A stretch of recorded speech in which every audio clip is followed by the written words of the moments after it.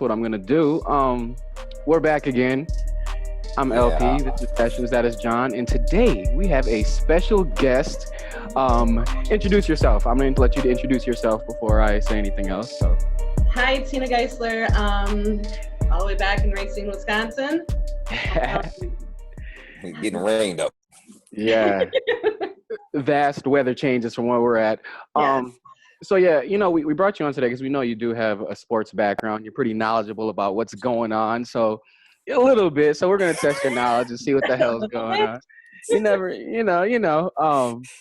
But so we'll hop right into it. There's a lot of stuff going on with these hypothetical questions. A lot of sports debates now that we got time to sit on our hand or time on our hands just to talk shit. So with all the stars today, between LeBron, KD, and Giannis, who would fare better back in the 80s and 90s basketball, physicality and all? I'm going to let the guest start first today, John. So hold your horses. Tina, tell me, who do you think would fare best out of those guys? Okay, so this has always been a hard discussion for me to have. Not that I don't join in them, not that I don't get involved in things like that and share my opinion. Let's face it, guys, these are basketball players. We have different, and we can scale this all the way across the board. These guys are basketball players. They know the basics. They play the basics. They know everything from A to Z, and that's what it is. Yes, each one of these guys would fare at any level of whether it's the 80s, whether it's the 90s. As much as I respect the man's game. Okay. I'm just gonna go there. Yes, LeBron. We'll just start. I'll just start there. He would fare in this game, but again, it's hard to say whether or not. Yes, back then would make him a different player than what he is today. Just like his role models have made him a different player than what it is today. Everything has evolved into what our era of basketball is and what we are dealing with. Giannis, I do believe, again, it goes with as it is. Yeah, they would definitely need him with the Bucks. Let's face it. He would be a perfect fit, whether it's now or then, no matter what. They need him. Okay. KD, again, just an all-around solid player, but again, everyone's focus is going to be where LeBron is compared to what he would be. I don't think he would make as many rings as Jordan would. They all did a good fit for what it is. So it's a different business now, and It's a different league. We can say it across the board, but yes, they're all going to play fair. One's going to stick out versus another. I mean, even in the time frame, and the biggest thing that we're watching right now is to see it, the difference of the game. Okay. And I think you guys, us being the same age, we see it. I think we appreciate it a little bit more now as our maturity level of the game and as our knowledge of the game has changed. Right. Now we get to see it from a different light and from a different perspective. Okay. Well, so do you think any one of those players would struggle at all in the 80s or 90s with anything? Or would it just be as easy as today? LeBron ain't going to get as much of as a shooting percentage based on the fact of his calls. Okay. Again, defense was different. Defense was completely played differently. Okay. You don't have as many of the agile athletes now, you don't have the agile athletes, as we do now back then. Okay. We have solid guys. We have solid players, and that's what they did. Now everyone's trying to be a point guard, to a post player, to this, to that. And, our guards, our ones to the threes maybe would try to post up a little bit with a mismatch, but you've never seen them in the post as much as you see everyone trying to be there now.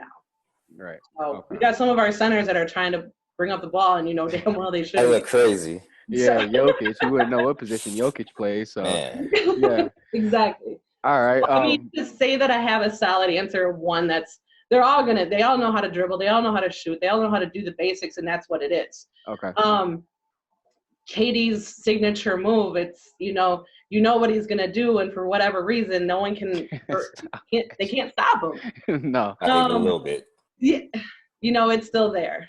Yeah. So, Okay. but I mean, everyone is in a position. I honestly, I think the most sound player to be in the same position would be Giannis in the Bucks. Okay. No, yeah, no, I totally understand. John, what do you think? No, when I saw the question, I locked it into just the 90s because that's where I saw most of the ball anyway. So Okay. the 80s. So I locked it into the 90s, and I'm gonna hit like how she did. I'm gonna go player by fast. All right, in the 90s, LeBron. So all right, we already had Magic there, so LeBron could still be like the point guard and everything, and bring the ball up.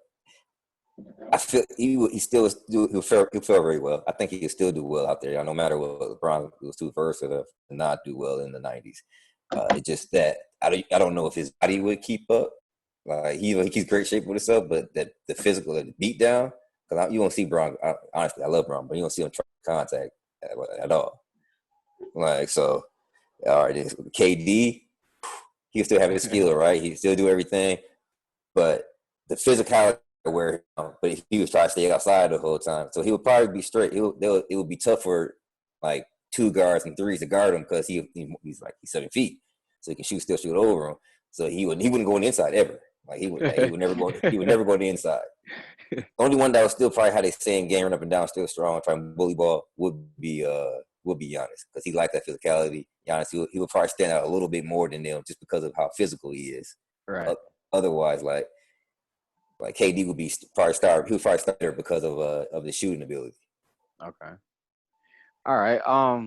I'll go player by player then, since that's what you guys did. I'll start first with Giannis. I do agree. I think Giannis would fare pretty well in any era because he's mastered what he does. He runs from end to end and he bams on you like he's Shaq or somebody. Like he's not out here trying to be pretty. He's not too many dribble moves, whatever. Man. That game translates, I think, across any era. And then maybe you never know. He'd probably develop. We never know what he's going to be, so you could definitely develop a jump shot. But as he is, I think he would fare excellently. He'd be an MVP candidate no matter what. Sure. KD, I kind of agree with you, John. I hate to say that because sometimes your takes are a little off, but I do agree with you about KD. Right. He's small, man. I don't know. Like you said, he can shoot over anybody. So, all right, yeah, they'll have twos or threes guard him. Will it be a mismatch every night? He'll probably get you 20, 30. But if he goes to that paint, he's not going there. Right. Imagine somebody like Oakley just putting the wood on him. You know? Like they'll put the X-Men on him. Yeah, you seen Xavier? He was choking the guy. It's not gonna work.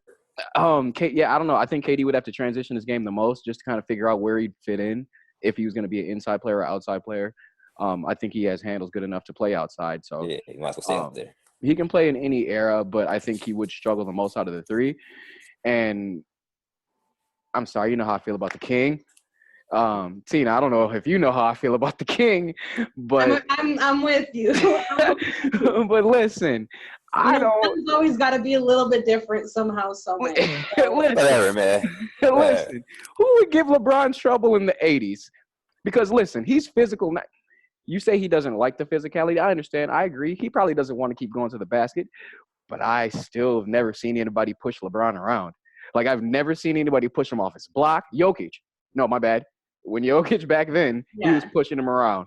But that's different. You know, I mean, Jokic is, 7 feet, 300 pounds. So, I mean, he babied LeBron. Other than that, I don't see anybody from the 80s being able to handle him, inside or outside. Magic would be going at it. Right. And I think Magic physically wouldn't be able to handle LeBron. I think, size for size. Yeah. Play center. Those guys were small back then.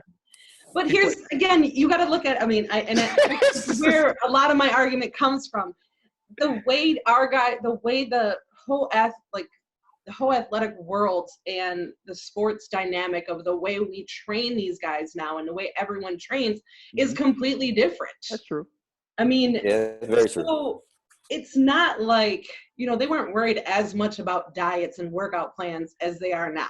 Right. So the way that man is built, yes, he is a beast, but think of all the training sessions and his nonstop things that he's done to get him to that size. So, I mean, here we go. I'm just saying, it's the 90s. It was about he wasn't doing that, right? Okay. Relax, buddy.